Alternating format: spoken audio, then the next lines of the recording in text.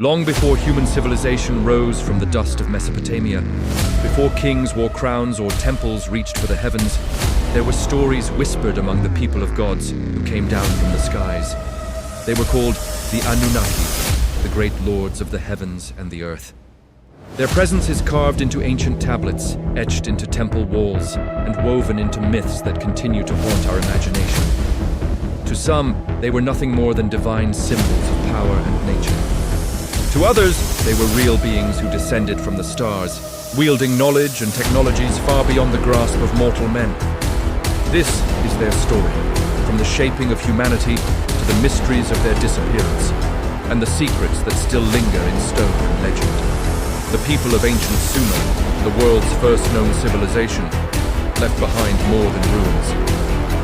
They left a vast library of clay tablets inscribed with cuneiform script, texts that spoke of creation, kingship, and the divine order. Among these writings, the Anunnaki appear again and again, not as distant spirits, but as rulers who walked the earth, judged mankind, and brought with them the secrets of the heavens. Unlike other deities who remained invisible and ethereal, the Anunnaki were described as physical, mighty beings who lived in palaces, traveled in great ships, and guided the destiny of men.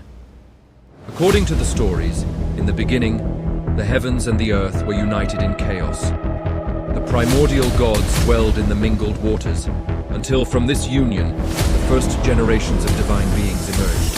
Among them were Anu, the supreme father of the sky, and Ki, the mother of the earth. Their children would become the Anunnaki, a great assembly of gods who divided the world among themselves. Enlil, lord of the air, took dominion over earth and humanity. Enki, the wise and cunning god of the waters, became the keeper of knowledge and secrets. Inanna, fierce and radiant, ruled over love, war, and kingship. These were not distant deities of abstract forces. They were depicted as rulers who governed through councils, who issued decrees, and who shaped the fate of kingdoms. It is said that in the age before humanity, the Anunnaki themselves labored to maintain the order of the cosmos. They dug canals, built up the fertile lands, and laid the foundations for cities that would one day flourish. Yet the toil became heavy, and a murmur of discontent spread among them. They desired servants who would carry the burden of labor in their place. It was then that Enki, with the help of the wise mother goddess Ninhursag, devised a daring act of creation. They took clay from the earth.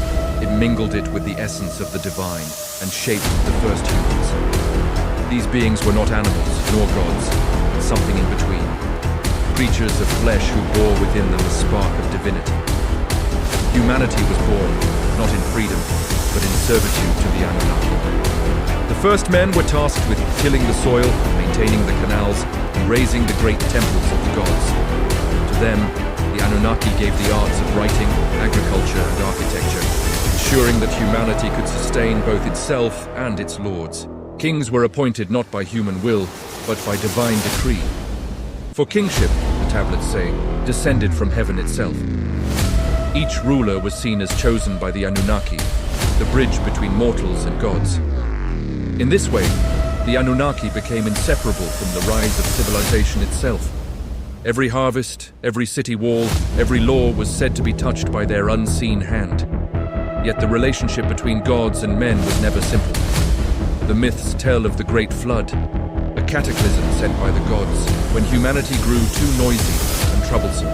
Enlil, in his wrath, sought to wipe out the race he saw as disobedient. But Enki, ever the protector of mankind, whispered to a chosen man named Ziusudra, warning him of the coming deluge. He instructed him to build a massive vessel, sealed tight against the waters. When the flood came, it destroyed cities and swallowed fields, yet Ziusudra survived, preserving humanity through divine favor. After the flood, the Anunnaki relented, granting mankind new life and setting the stage for kingdoms to rise again. To the Sumerians, the Anunnaki were gods. To some modern thinkers, however, they were something more tangible. The imagery carved into stone often shows figures with strange helmets, winged suits, and objects that resemble tools of flight or machinery. Could the Anunnaki have been visitors from beyond the earth, beings of advanced technology who came to ancient Mesopotamia? The theory of ancient astronauts, popularized in modern times, suggests that the Anunnaki were not myth, but memory, a distorted recollection of encounters with extraterrestrial beings who shaped early human history. In these interpretations, the Anunnaki's creation of mankind was not merely mythic symbolism, but an act of genetic engineering.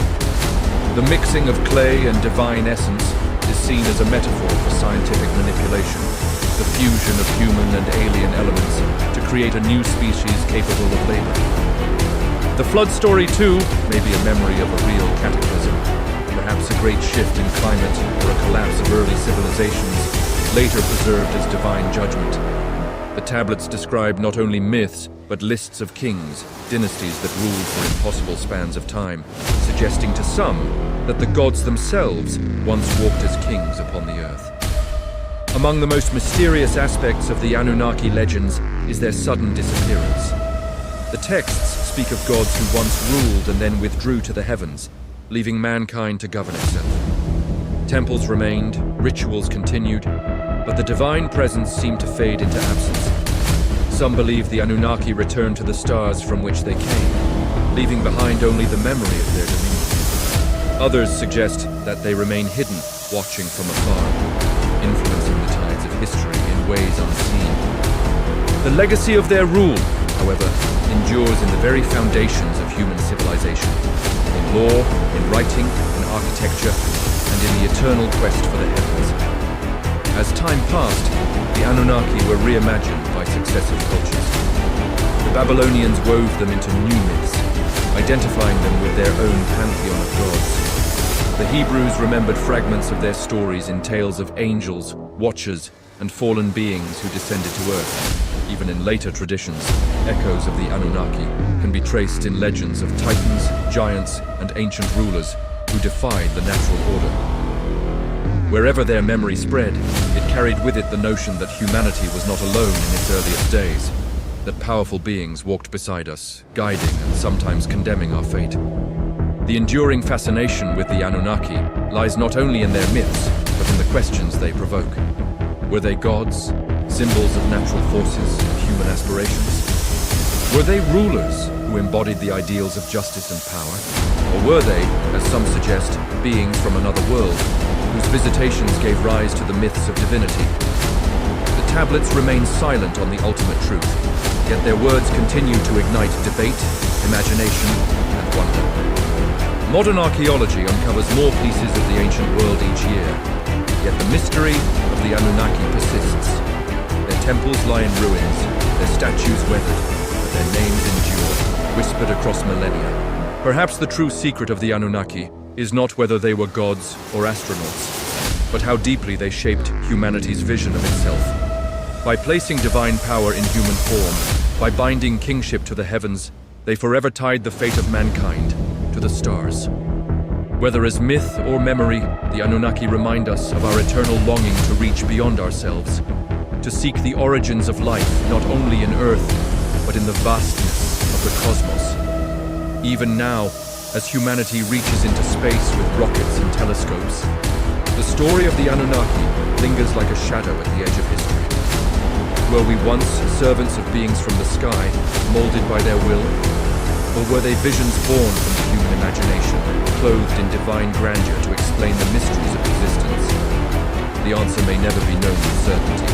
What is certain is that the legacy of the Anunnaki continues to shape how we see the past and how we dream of the future. The gods who came down from the stars still live in our myths, our questions, and our restless desire to return to the heavens from which they once descended.